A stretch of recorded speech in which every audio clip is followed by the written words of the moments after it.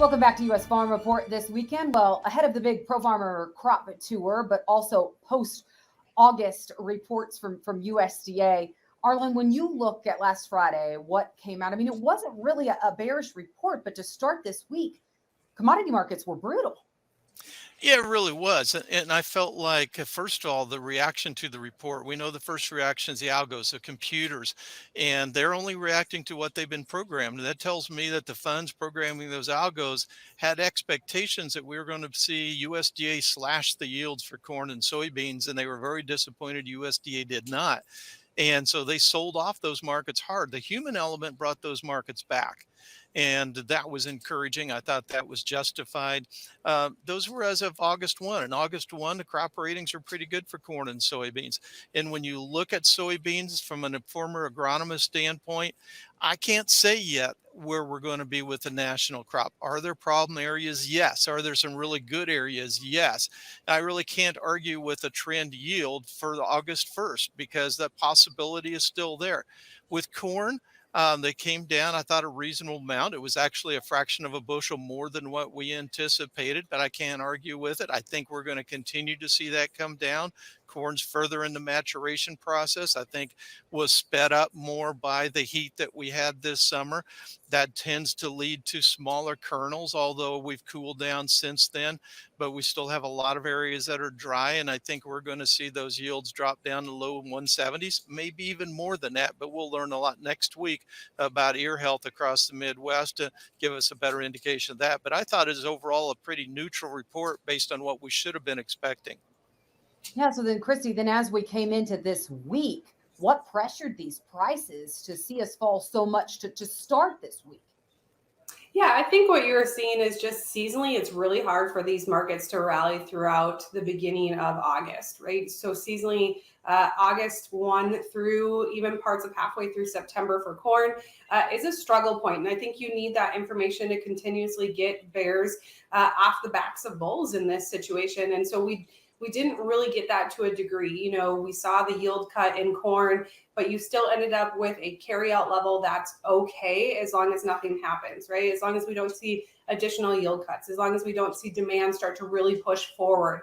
And then when you look at the bean market, I think you had a lot of people thinking you would see a possible yield cut, and they actually increased yield. And I think that caught the market off guard to a degree, saying, hey, what are we going to see here moving forward? We know that August has been extremely dry for a whole lot of areas. We know that a lot of the bean crop got in extremely late. That's why we have the resurvey from USDA.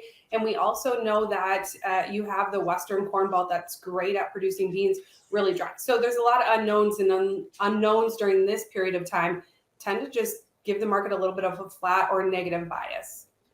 Yeah, and we did get a little bit of rain this week in some areas, Arlan. Heading into August, kind of the general consensus from a lot was, listen, the beans look worse than the corn. But now that we have caught some rains, has that storyline changed? Well, it has for the beans where we got the rains. It's getting a little bit late on the corn, although you can reduce a lot the stress on the corn and late grain fill a little bit where those rains did fall. A lot of areas missed out on those rains. But I also think there's a lot of other factors here at play from the macro markets. If you look at the summer as a whole, we traded the grain and oil seeds in an inflation trade right up until about June 17th. And that's when the funds switched toward focusing on recession. They started selling their positions in the grain and oil seeds as well as in the energy markets. And that really pressured these markets. And then we had the bounce in August when the stock market kind of priced in, said, okay, we've priced in a recession, but the grain trade wasn't convinced that we had fully priced in recession. We tried to bounce on the weather concerns. I never felt like the funds had really bought into the weather problems. Their conviction wasn't there. And I think that's really showed over the past week. It's hard to sustain a rally without the funds, and they need proof that we have short crops like they do in Europe. They need proof we have short crops in the United States, and it's just too early to provide that. Yeah, Kristi, real quick, when we look at kind of the yield potential that USDA thinks up in that North Dakota, South Dakota area where you are, I mean, significantly better than last year considering the drought that took place. But do things look good, that good this year? Yeah, I think the big question is, I mean, USDA resurveyed for a reason. There was 15 million acres of soybeans yet to be planted. We know that soybeans can get planted a little bit later and still be great soybeans.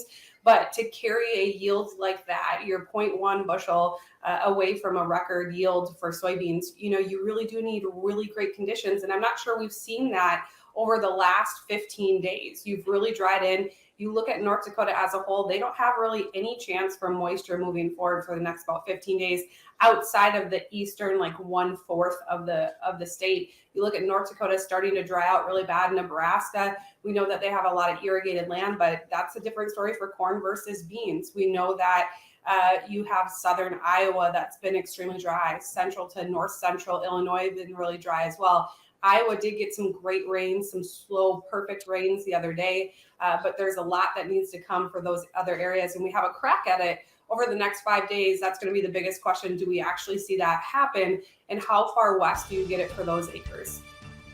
Well, as we head into crop tour next week, what are you watching, and what is the trade of watching? What answers do you want to see next week out of crop tour? We're going to talk about that later on US Farm Report.